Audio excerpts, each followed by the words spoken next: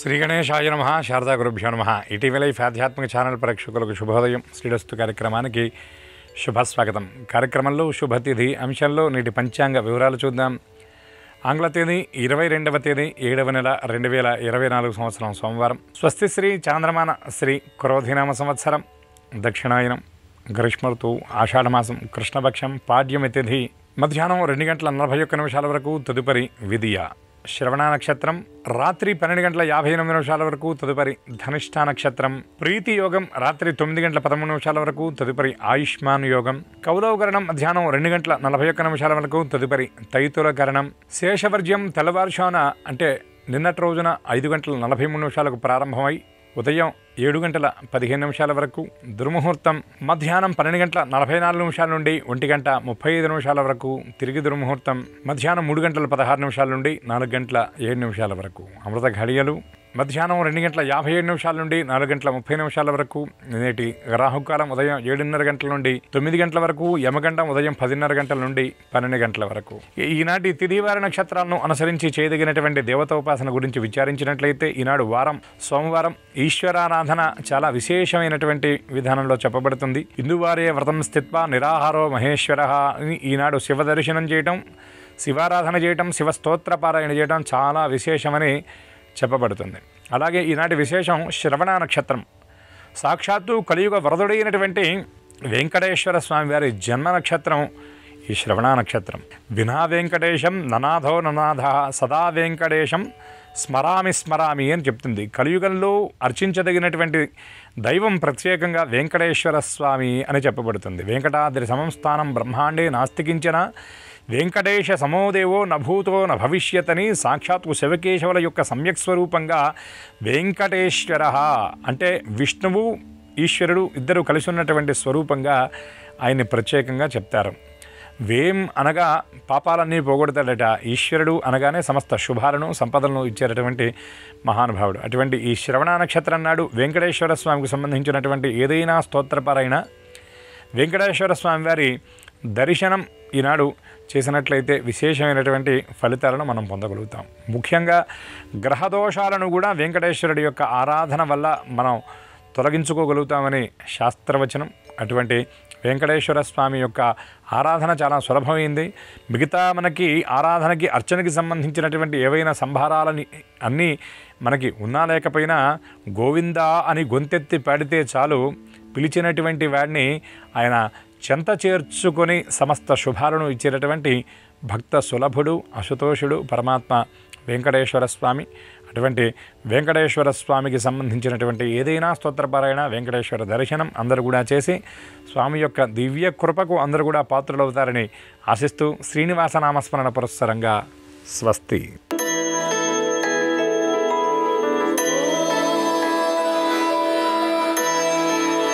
ETV life ఆధ్యాత్మిక channel ప్రేక్షకులందరికీ నమస్కారం.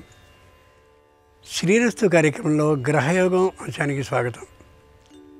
ఈనాటి గ్రహయోగం అంశంలో మేషాది ద్వాదశ రాశుల వారికి కలిగే శుభ అశుభ ఫలితాలని, అవసరమైన సందర్భాల్లో ప్రత్యామ్నాయ మార్గాల్ని తెలుసుకుంటారు. అంతేకాక ఈ రోజున ఏ రాశి వారికి ఏ దిక్ప్రయాణం అనుకూలిస్తుందో, ఏ రాశి వారికి ఏ దైవ దర్శనం చేసినందువల్ల సర్వ విశేషాలు కూడా శుభావంగా ముగుస్తాయో, ఏ రాశి వారు ఏ రంగు దుస్తుల్ని ధరించినట్లయితే ఏ విధమైన విఘ్నాలు లేకుండా కార్యాలు పరిపూర్ణమవుతాయో, ఏ రాశి వారికి ఏ సంఖ్య నేటికి మాత్రం అదృష్ట సంఖ్యగా పరిణమించబోతోందో ఆ విశేషాల్ని క్రమంగా తెలుసుకుంటారు. ముందుగా నేటి పంచాంగం. ఈరోజు బహుళ పాడ్యమి మధ్యాహ్నం 2:41 వరకు. తదుపరి ద్వితీయ అంటే విదియ. ఈరోజు సోమవారం, నక్షత్రం శ్రవణం. ఇక నేటి గ్రహస్థితిని పరిశీలించి చూస్తే వృషభంలో కుజుడు గురువు, కర్కాటకంలో రవి శుక్రుడు, సింహంలో బుధుడు, కన్యలో కేతువు, మకరంలో చంద్రుడు, కుంభంలో వక్రీకరించిన శని, మీనంలో రాహువు కనిపిస్తున్నారు.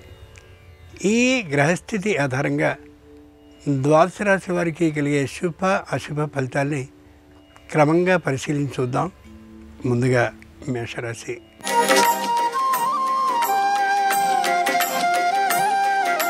ఈరోజు మేషరాశి వారి ఫలితాలని పరిశీలించి చూస్తే చిన్న చిన్న పొరపాట్లు తెలియకుండా జరిగే అవకాశం ఉంది. కాబట్టి జాగ్రత్తగా పరిశీలించుకుని మాత్రమే చేయాలి. వాదాలని వివాదాలని చేసేటటువంటి వ్యక్తులు ఉండొచ్చు. ఒక్కసారి ఆలోచించుకుని నిదానించి వాదాన్ని తిప్పికొట్టడం కాకుండా అనుకూలమైన పని చేసుకుంటూ వెళ్ళిపోవడం మంచిది. కుటుంబంలో సమస్యని సృష్టించేందుకు శ్రేయోభిలాషులు బంధువులు అయినటువంటి వారు కొద్ది వ్యతిరేక బుద్ధితో ప్రవర్తించవచ్చు. ఆలోచించుకుని మాత్రమే ప్రవర్తించాలి, తొందరపడకూడదు. వ్యక్తుల్ని ఎవరిని వ్యతిరేకం చేసుకోకుండా ఉండేలాగా మన నడవడికని ప్రత్యేకంగా నియమించుకోవడం అవసరం. ఉద్యోగాన్ని చేస్తూ ఉండేటటువంటి వారు పై అధికారులతో వ్యతిరేకత ఉన్నప్పటికీ కూడా లౌక్య భావంతో పనిచేయడం అవసరం తప్ప సూటిగా ఉన్నదాన్ని ఉన్నట్లుగా మాట్లాడేయడం సరి కాకపోవచ్చు. సోమవారం సందర్భంగా మేషరాశి వారు ఈశ్వరునికి భస్మజలాభిషేకాన్ని చేస్తే వివాదాలు పరిష్కరింపబడతాయి. తూర్పు దిక్కు ప్రయాణం అనుకూలం. కలిసి వచ్చే రంగు తెలుపు. అదృష్ట సంఖ్య 5.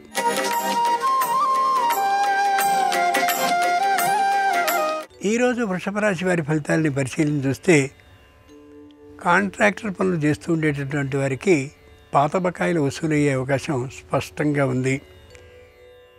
అలాగే ఇంజనీర్లు అయినటువంటి వారికి పై అధికారులతో సమన్వయ భావం చాలా చక్కగా ఉంటూ ఉంటుంది.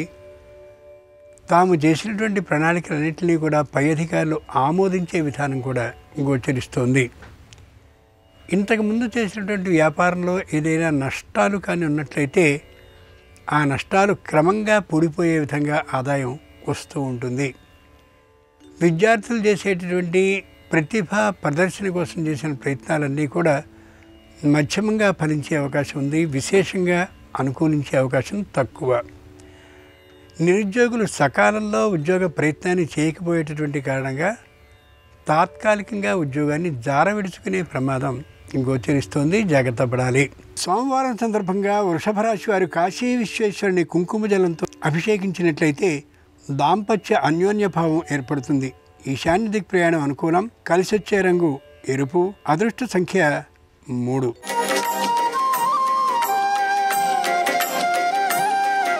ఈరోజు మిథున రాశి వారి ఫలితాలను పరిశీలించి చూస్తే ప్రతిదీ కూడా తొందరపాటు నిర్ణయం చేస్తారు. ఏ విధమైనటువంటి వ్యతిరేక భావము గోచరించదు. ఎందరో పరిస్థితులు సహాయ సహకారాలని అందించే అవకాశం కారణంగా ధైర్యంగా సంస్థని నడుపుకోగలుగుతారు. పదవి ఉన్నతి యోగం ఉంది, కానీ ప్రస్తుతం చేసినటువంటి ఉద్యోగంలో ఆ పదవి తమకి కష్టాన్ని కలిగించేదిగా అవుతున్నటువంటి కారణంగా పదవి ఉన్నతిని అంగీకరించకపోవచ్చు. కుటుంబంలో ఉండేటటువంటి అన్నదమ్ములు అప్పచెల్లెళ్ళు ఒత్తిడి కారణంగా ఆస్తికి సంబంధించిన పంపకాల విషయం తెర మీదికి రావచ్చు. ఆ విషయంలో తటస్థంగా ఉండడం ఈ రాశి వారికి ఎంతైనా మంచిది. దూర ప్రయాణాలు ఏమాత్రము చేసే ఉద్దేశ్యం ఉండదు.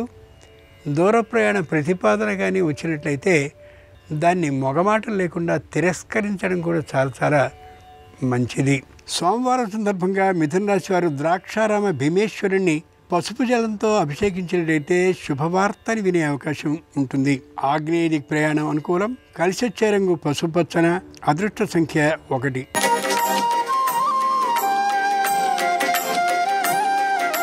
ఈరోజు కర్కాటక రాశి వారి ఫలితాల్ని పరిశీలించి చూస్తే మానసికంగా దృఢంగా ఉంటారు. శారీరకంగా కూడా దృఢంగానే ఉంటారు, కానీ తాత్కాలిక అనారోగ్యం మాత్రం లేకుండా లేదు.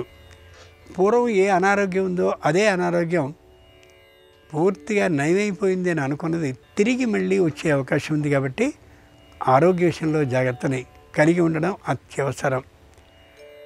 అనుకూలమైనటువంటి చాలా పెద్దవారితో రాజకీయంగా అలాగే ప్రభుత్వపరంగా ఉన్నత స్థితిలో ఉన్నటువంటి వారితో పరిచయాల్ని చేసుకుంటారు. వారి నుండి ఏవేవో లాభాలు కలుగుతాయని ఊహిస్తారు, కానీ ఏ ప్రయోజనమూ లభించే అవకాశం ఉండదు అనే యథార్థాన్ని మర్చిపోకూడదు. సోమవారం సందర్భంగా కర్కాటక రాశి వారు శ్రీశైల మల్లికార్జునుడిని బిల్వ జల అభిషేకాన్ని కానీ చేసినట్లయితే ధార్మికమైన బుద్ధి పెంపొందుతుంది. దక్షిణ దిక్ ప్రయాణం అనుకూలం. కలిసి వచ్చే రంగు నీలం. అదృష్ట సంఖ్య 4.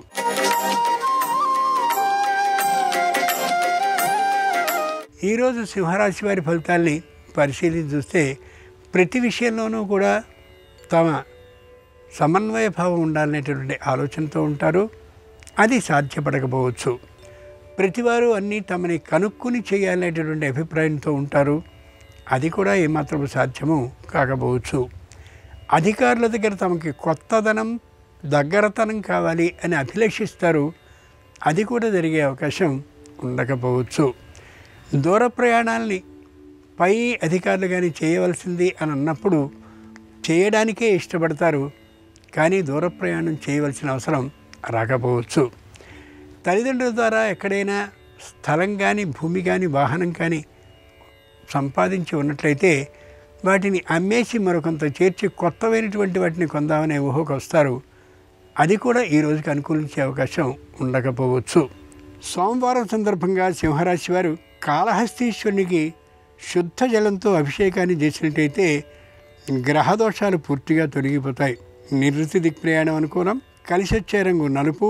అదృష్ట సంఖ్య 6.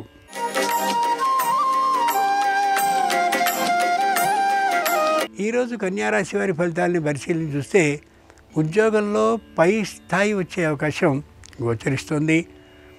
అనుకూలమైనటువంటి కుటుంబ సభ్యుల కారణంగా వీరికి ఆ విధమైన ఆమోదం లభించబడమే కాకుండా ఆమోదంతో పాటు కీర్తి ప్రతిష్టలు కూడా మరింతగా పెరిగే అవకాశం గోచరిస్తుంది.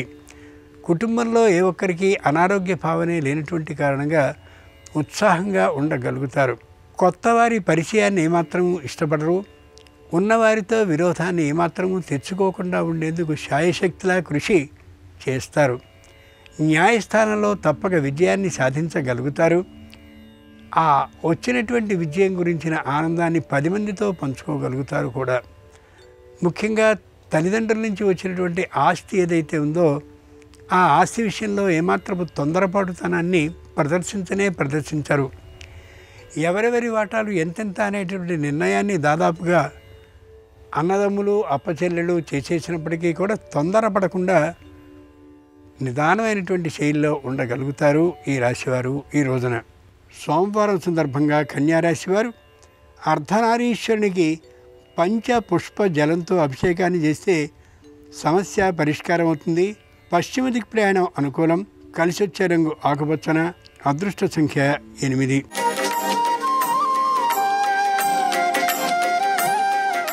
ఈరోజు తులారాశి వారి ఫలితాలని పరిశీలించి చూస్తే మానసికంగా దృఢంగా ఉంటారు.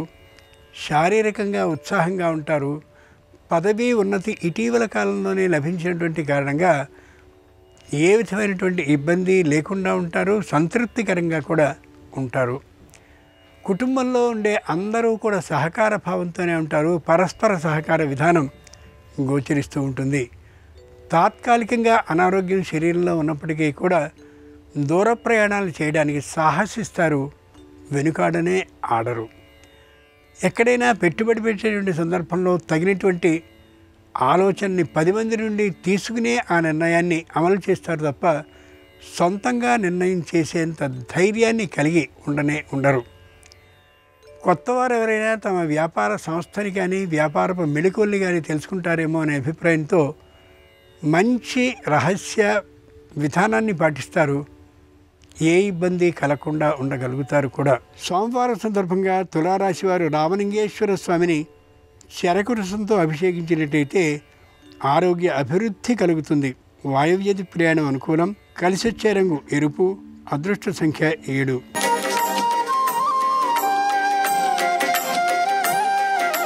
ఈరోజు వృశ్చిక రాశి వారి ఫలితాలని పరిశీలించి చూస్తే ప్రతి విషయంలోనూ చెప్పలేనంతటి ధైర్యంతో ఉంటారు. అది సరికాదు. చేసేటటువంటి ఉద్యోగంలోని ఆ విశేషాలన్నింటినీ కూడా అందరికీ వివరిస్తూ ఉంటారు. అది కూడా సరైనటువంటి పని కాకపోవచ్చు. తమ రాకని విదేశానికి ఎప్పుడు అనేటువంటి విశేషం పూర్తి గుంభనగా ఉంటే ఎప్పుడు బయలుదేరబోతున్నారో ఆ విశేషాన్ని ఒకరిద్దరికి అనుకూలమైనటువంటి వారికి ప్రకటిస్తారు. అది కూడా సరైనటువంటి అంశం కాకపోవచ్చు. కలిసి చేసేటువంటి వ్యాపార సంస్థలో చిన్నదైనటువంటి సంశయం వీరి మీద వచ్చే అవకాశం ఉంది. కాబట్టి ప్రతి విషయాన్ని ఆచి తూచి మాట్లాడడం, గుంభనగా మాట్లాడడం ఎంతైనా అవసరం ఈ రాశి వారికి ఈ రోజున. సోమవారం సందర్భంగా వృశ్చిక రాశి వారు కోటిలింగేశ్వరుణ్ణి పంచామృతంతో అభిషేకించినట్టయితే ఆకస్మిక ధనప్రాప్తి అవుతుంది. ఉత్తర దిక్ ప్రయాణం అనుకూలం. కలిసొచ్చే రంగు తెలుపు. అదృష్ట సంఖ్య 5.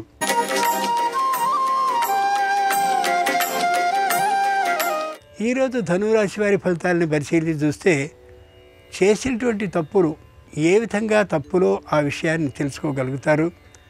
కొత్తమైనటువంటి తప్పులు చేయకుండా ఉండేలా తగినటువంటి జాగ్రత్తల్ని పాటిస్తారు. ఇంతకుముందు వచ్చినటువంటి ఉద్యోగంలో ఏ విధమైన అసౌకర్య భావనని అనుభవించారో ఆ విశేషాన్ని తెలుసుకుని అటువంటి పనులు తిరిగి ఆవృతం కాకుండా ఉండేందుకోసమని తగిన శ్రద్ధని పాటిస్తారు. సకాల నిద్ర భోజనాలని చేయాలి అని ఆలోచించినప్పటికీ కూడా అనవసరమైనటువంటి ఆలోచనల కారణంగా అది అమలయ్యే అవకాశం చాలా తక్కువ కావచ్చు. తమకున్నటువంటి తల్లిదండ్రుల నుంచి అత్తమామల నుండి వచ్చేటువంటి ఆస్తిని అమ్మి దాని మీద కొంత సొమ్ముని వేసి విశేషమైనటువంటి ఆర్జనకి సరిపోయేలా భూమినో గృహాన్నో వాహనాన్నో కొనాలనే ఆలోచనకు వస్తారు. అది ప్రస్తుతం ఏమాత్రమూ సరైనటువంటి ఆలోచన కానే కాబోదని గ్రహించుకోగలగాలి. సోమవారం సందర్భంగా ధనురాశి వారు నీలకంఠేశ్వరుణ్ణి స్వర్ణజలంతో అభిషేకించినట్లయితే ఉద్యోగ ప్రాప్తి కలుగుతుంది. ఈశాన్య దిక్ ప్రయాణం అనుకూలం. కలిసొచ్చే రంగు నలుపు. అదృష్ట సంఖ్య 3.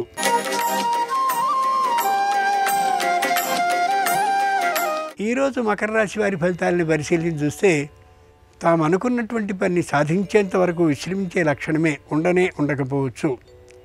తొందరగా కోపం వచ్చేటటువంటి కారణంగా కుటుంబంలో తాత్కాలికమైన అశాంత వాతావరణం ఏర్పడవచ్చు. ముఖ్యంగా పుట్టినింటి వారితో కుటుంబినికి అంటే కుటుంబంలో ఉండేటువంటి స్త్రీకి అనుబంధం మరింత పెరిగేటటువంటి కారణంగా తాత్కాలికమైనటువంటి ఇబ్బంది ఆ కుటుంబంలో ఉన్న పురుషునికి కలిగే అవకాశం ఏర్పడవచ్చు. ఏది ఏమైనప్పటికీ కూడా వ్యాపారాన్ని చేస్తూ ఉండేటటువంటి వాళ్ళే కుటుంబంలో ఉండే దంపతులు అయినట్లయితే ఒకరికొకరు మాట సహాయాన్ని చేసుకుంటూ కలిసిపోయి ఉండడం అత్యవసరం. తాత్కాలికమైనటువంటి పరాజయాలు ఎదురైనప్పటికీ కూడా ధైర్యంగా ఉండగలగడాన్ని నేర్చుకోగలగాలి. సోమవారం సందర్భంగా మకర రాశి వారు శివునికి రజత జల అభిషేకం కానీ చేసినట్లయితే ఉద్యోగ భద్రత సిద్ధిస్తుంది. పశ్చిమ దిక్ ప్రయాణం అనుకూలం. కలిసొచ్చే రంగు నీలం. అదృష్ట సంఖ్య 1.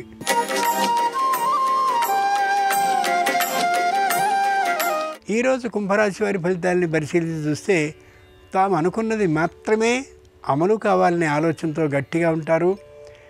దానికి అవతలి వారు పూర్తిగా వ్యతిరేకించేటటువంటి కారణంగా వీరు అనుకున్నటువంటి ఆలోచన అమలయ్యే అవకాశం ఏమాత్రం ఉండకపోవచ్చు. కుటుంబంలో ఉండే సంతానం ఇంకా విద్యార్థి దశలోనే కానీ ఉన్నట్లయితే వారికి సంబంధించినటువంటి ఏర్పాట్లన్నింటిలో కూడా విద్యా అభివృద్ధి ప్రయత్నం కోసం వారే చేసుకోవాల్సి వస్తుంది. కుటుంబంలో అతి సన్నిహితులైనటువంటి వారు వీరికి బాగా పరిచయం ఉన్నా కూడా అవతలి వారికి సమయం లేనటువంటి సందర్భంగా వారి సహాయాల్ని సహకారాల్ని ప్రస్తుతానికి పొందలేకపోవచ్చు. తాత్కాలికంగా జరిగేటటువంటి ప్రతి పని కూడా బహిరంగపరిచి మాత్రమే చేసుకోవడం అవసరం తప్ప గుంఫనతో ప్రయత్నాలను చేయడం ఏమాత్రమూ సరి కానే కాదు. సోమవారం సందర్భంగా కుంభరాశి వారు ఉమామహేశ్వర స్వామికి తామ్రజలంతో అభిషేకాన్ని చేసినట్లయితే నిదానంగా ఆలోచించే తనం ఏర్పడుతుంది. ఉత్తర దిక్ ప్రయాణం అనుకూలం. కలిసొచ్చే రంగు ఎరుపు. అదృష్ట సంఖ్య 2.